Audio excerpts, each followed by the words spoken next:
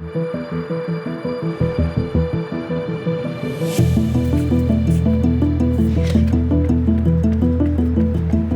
Hecox has been training to try out for the women's cross-country team at Boise State University.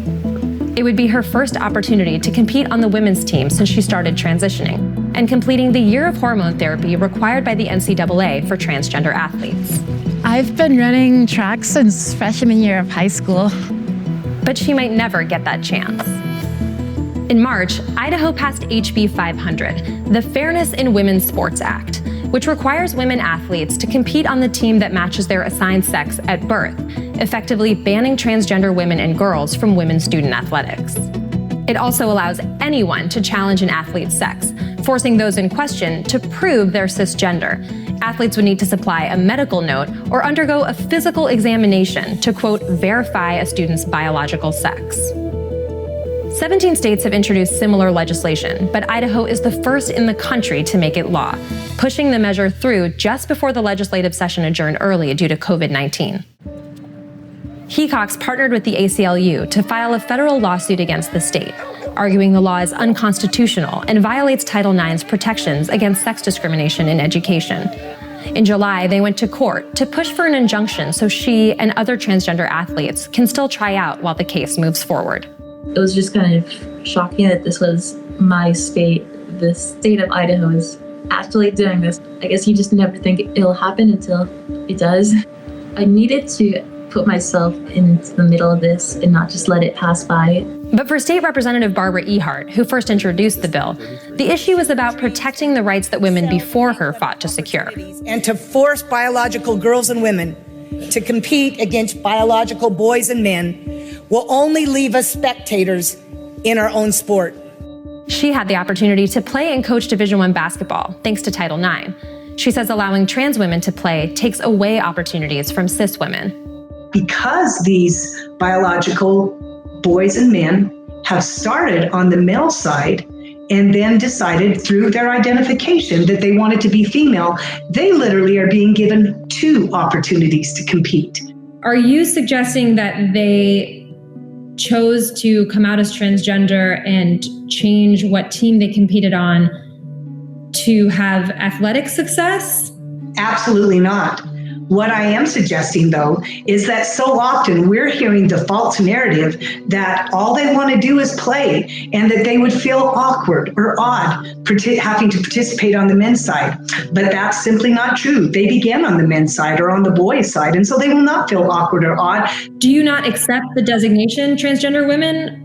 I think it's important in sports to make sure that we understand about whom we're speaking. As a matter of fact, I'm very supportive in all people making the choices that they feel are best for them. And so as these young people or whomever decide to make that choice to identify as a female, that's fine. But you are still reaping the benefits of being a biological male. And so I do use the term biological male only to make sure that we clearly understand what we're up against. The science on this subject is limited. Joanna Harper, a longtime competitive runner, is one of the few researchers who has dedicated her career to studying the effects of hormone therapy on transgender athletes, like herself.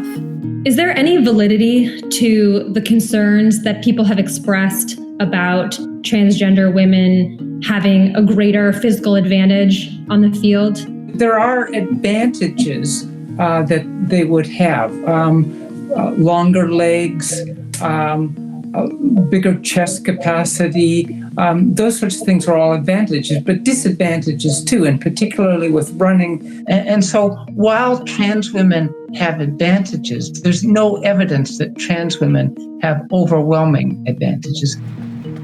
COVID-19 has forced Boise State to put this year's cross-country season on hold, but Hecox is still holding out hope for the future. What would it mean for you personally to be allowed to compete on the women's team? It would just be sheer joy and feeling of justice and rightness. As the law stands, Hecox can still compete, but only on the men's team.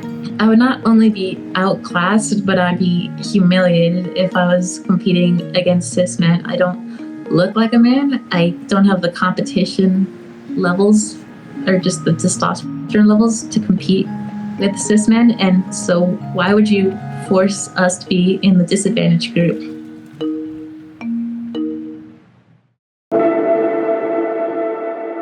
Back in 2004, I began my gender transition. Within 9 months of starting hormone therapy, I found that I was running 12% slower, and that's the difference between serious male distance runners and serious female distance runners. So as a scientist, I was intrigued. What is the biggest misconception you've come across in your research that you want to clear up for people? Trans women don't transition for sports. No one has ever said, oh yeah, I think I'd like to be a woman so I can do well in women's sports. When you go through a gender transition, you lose so many things in life. My own mother said she never wanted to speak to me again. I lost friends, family, got divorced. You'd go through all of that just to win a medal in sports? No. Trans people transition because it's the only way that we can live happily. There's a lot of debate right now about transgender women competing in women's sports. It's not a conversation that just cropped up. It's just gotten a little more volatile right now. There are many people who would suggest that transgender women have advantages over cisgender women. And look, that's absolutely true. On average, even after hormone therapy, transgender women are taller, bigger, and stronger. But transgender women also have disadvantages. Their larger frames are now being powered by reduced muscle mass and reduced aerobic capacity. And so that can lead to disadvantages in things like quickness, endurance, recovery, etc. When you hear someone say that allowing transgender women to compete in the same sport as cisgender women is effectively taking away opportunities from cisgender women, that argument only works if you consider that transgender women are actually men who think they're women. And that certainly is an argument that I would reject.